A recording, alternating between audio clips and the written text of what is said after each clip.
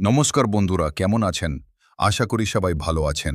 আজ আমরা আলোচনা করব তুলা রাশির জাতক ও জাতিকাদের সম্পর্কে একটি গুরুত্বপূর্ণ জ্যোতিষীয় পরিবর্তন নিয়ে।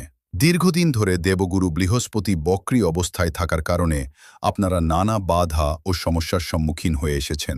অনেক কাজ আটকে থাকা, মানসিক দুশ্চিন্তা এবং সম্পর্কের টানাপোড়েন এসব বিষয় অনেকের জীবনেই দেখা গিয়েছে।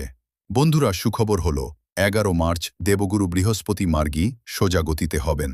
এর ফলে ধীরে ধীরে আপনাদের জীবনে ইতিবাচক পরিবর্তন আসতে শুরু করবে।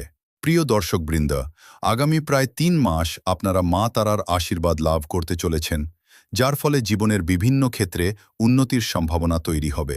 বৃহস্পতি যখন মিথুন রাশিতে বক্রী অবস্থায় ছিলেন, তখন তার প্রভাবে অনেকের ঘুমের সমস্যা দেখা দিয়েছে।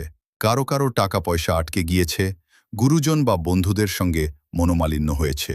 চাকরি ক্ষেত্রে কিছু বাধা বিপত্তি, আবার বড় ভাইদের সঙ্গে মতবিরোধ, এই ধরনের সমস্যাও অনেকেই অনুভব করেছেন। জ্যোতিষশাস্ত্র অনুযায়ী দেবগুরু বৃহস্পতি আপনাদের তৃতীয় ও ষষ্ঠ ঘরের অধিপতি। এখন তিনি গোচরে একাদশ ঘরে অর্থাৎ মিথুন রাশিতে মার্গী হতে চলেছেন।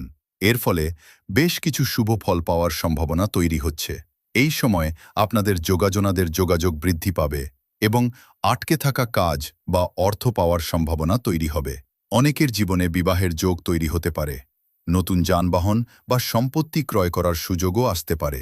ভাইদের সঙ্গে সম্পর্কের উন্নতি হবে এবং ব্যবসা বাণিজ্যে প্রসার ঘটবে। এছাড়া আয় বৃদ্ধি পাওয়ার সম্ভাবনা রয়েছে। শারীরিক বিভিন্ন সমস্যার ধীরে ধীরে সমাধান হতে পারে এবং আপনাদের সাহস ও আত্মবিশ্বাসও বৃদ্ধি পাবে। বন্ধুরা, জ্যোতিষ সংক্রান্ত আরও নানা তথ্য ও ভবিষ্যৎবাণী জানতে আমার চ্যানেলটি সাবস্ক্রাইব করে রাখবেন। ধন্যবাদ সবাইকে।